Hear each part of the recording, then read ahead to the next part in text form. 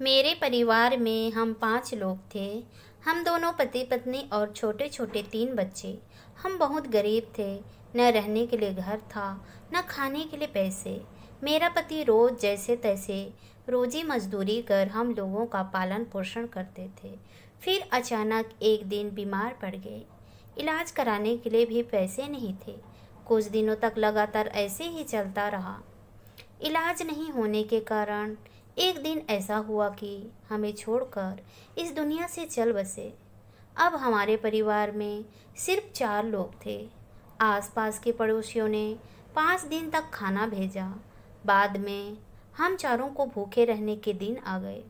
लोग भी क्या करते, वो कब तक खाना देते। मैंने भी कुछ दिन तक जैसे तैसे करके बच्चों को खाना खिलाया, लेकिन कब तक खिलाती। आखिरकार फिर से भूखे रहना पड़ा, जिसकी वजह से 7 साल का बेटा बीमार हो जाता है और मेरे बच्चे ने बिस्तर पकड़ लिया। एक दिन 5 साल की छोटी सी मेरी बच्ची ने मेरे कान में कुछ पूछा। बच्ची की बात सुनकर मेरी रूह कांप उठी।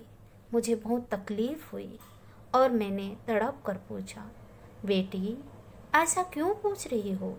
फिर उस 5 साल की बच्ची ने बड़ी मासूमियत से मुझे जवाब दिया, जिसे सुनकर आपकी रूह कांप जाएगी और आपकी आंखों में आंसू आ जाएंगे।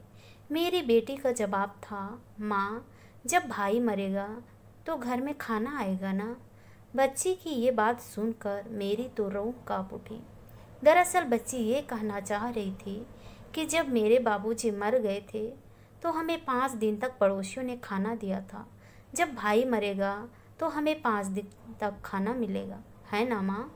मेरे आंसू थम नहीं रहे थे। मैंने बेटी को कस के गले लगा लिया और अंदर ही अंदर रोने लगी। फिर मैंने अपना आंसू पोंछा। फिर अपनी बेटी से कहा, अब से हमें रोज़ खाना मिलेगा।